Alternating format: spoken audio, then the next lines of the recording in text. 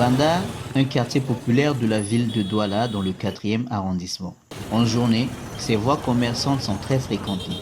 Un quartier plutôt agréable et en sa tête, Sa Majesté Tioufouin Eya Joseph. Je suis là depuis 27 ans déjà, environ. Et mes fonctions consistent d'encadrer les populations, de m'assurer de leur sécurité et de leur bien.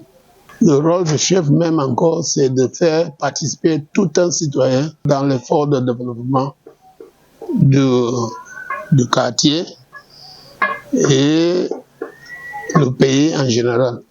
Un quartier est constitué de 39 blocs, un comité et des sous-comités de développement, des chefferies de blocs. Si vous entrez à Mabanda, ne serait-ce qu'à ce petit niveau-là, vous verrez que ces comités s'organisent pour curer les caniveaux. Comme le Mabanda est un terrain avec la relief qui est très bas, Mabanda demande que de temps en temps que les citoyens sortent, ils curent le caniveau, qu'ils sortent, ils cotisent même l'argent pour pouvoir acheter de terre pour remblayer leur route pour qu'ils puissent marcher. Chevalier de mérite camerounais, Sa Majesté Tioufouin Eya Joseph arbore l'étoffe d'un leader soucieux de sa population. Nous avons souvent adressé les doléances. L'une des premières doléances qu'on a tant demandé depuis que je suis nommé chef de ce quartier, la route qui est entre cimetière et Apikam, ça a été toujours notre projet prioritaire et nous avons tant demandé. Finalement, l'administration nous ont compris. Nous avions demandé les écoles. Et on a eu un lycée, ça c'est notre demande. On a eu un CS d'abord avant d'avoir le lycée. Mabanda est plein des autres écoles. La participation citoyenne est visible dans ce quartier à travers la formulation des besoins des populations en projet et adressée aux autorités compétentes à travers les investissements humains et la préservation des infrastructures existantes. Quand on est entré ici, il n'y avait pas de l'eau potable. Aujourd'hui, là, il y a quand même de l'eau, même si la distance peut être un peu loin, mais que c'est les efforts personnels de population, c'est aussi les efforts de la mairie. Il n'y avait pas de caniveau. On a tracé les axes des populations. Nous, on a tracé les différents axes qui étaient d'abord à 14 mètres chaque axe.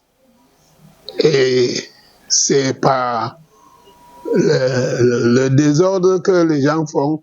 Ils grignotent la route chaque fois quand ils veulent mettre, ils poussent tout vers la route. Et finalement, les routes sont devenues petites comme ça. La route de lycée n'existait pas. C'est nous qui avons creusé les caniveaux, remplir la route parce que c'était marécageux. Avant d'arriver là-bas, tous les axes qui sont descendus, qui descendent dans les quartiers là, c'est l'œuvre de population. Et les chefferies de bloc ont aussi les sous-comités de développement. Dans ces sous-comités de développement, les populations sont encore sous-divisées sur les routes. Donc, pour prendre soin de cette route, voici l'équipe qui doit travailler sur cette route régulièrement. Vu sur un autre angle, ce quartier est en lui-même un échantillon du vivre ensemble. Mabanda, c'est Cameroun en miniature.